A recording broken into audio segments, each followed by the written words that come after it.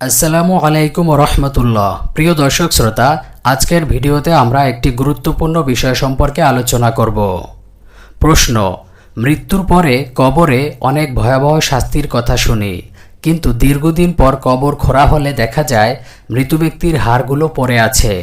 তাহলে শাস্তিটা কোথায় হয়? আবার অনেকের কবর দেওয়া হয় না, সেক্ষেত্রে শাস্তিটা কিভাবে দেওয়া হয়?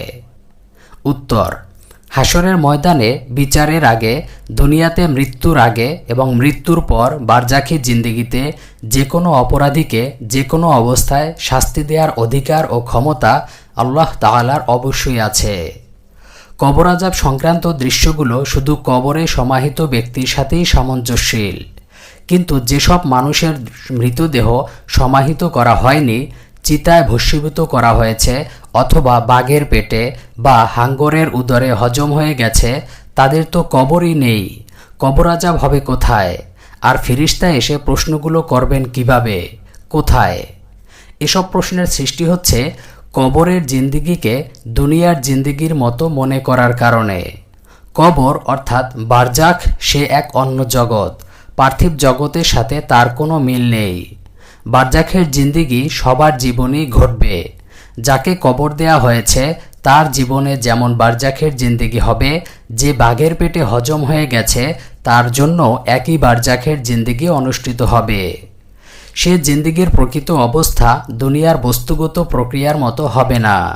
কাজেই দুনিয়ার প্রক্রিয়া ও উপায় উপকরণ হুবহু যেমন আখিরাতের জন্য প্রযোজ্য নয়, তেমনি তা বারজাখের জিন্দিগির জন্যও প্রযোজ্য নয়। এই তিন জগতের প্রত্যেকটির রয়েছে আলাদা সিস্টেম। এক জগতের সিস্টেম দিয়ে অন্য জগৎকে বিচার করাটাই বড় ভুল। এমনকি যাদেরকে কবর দেয়া হয়েছে তাদের লাশও তো পচে গলে শেষ হয়ে যাবে, তখন তাদের বারজাখের জিন্দিগি যেভাবে হবে, যাদেরকে কবর দেয়া হয়নি তাদের বারজাখের জিন্দিগিও সে প্রক্রিয়াতেই হবে।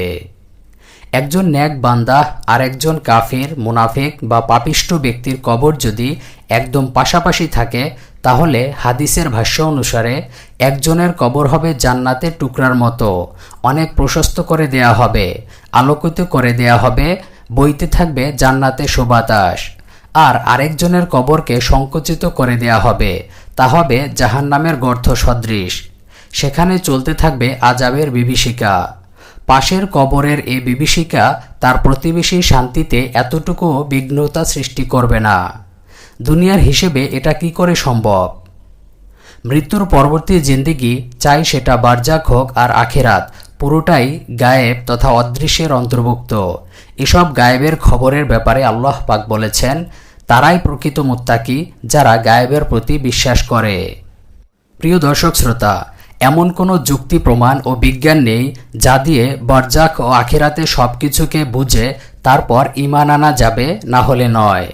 তাহলে গায়েবের উপর ঈমান আনা হলো কি করে? যা না হলে ঈমানই আনা হলো না, যার উপর সব কিছু নির্ভরশীল।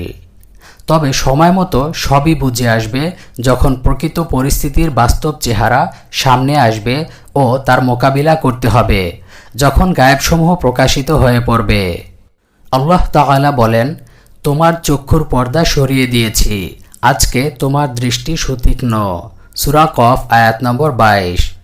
আল্লাহ তাআলা আমাদের সবাইকে যাবতীয় মিথ্যাচার থেকে হেফাজত করুন। আমিন।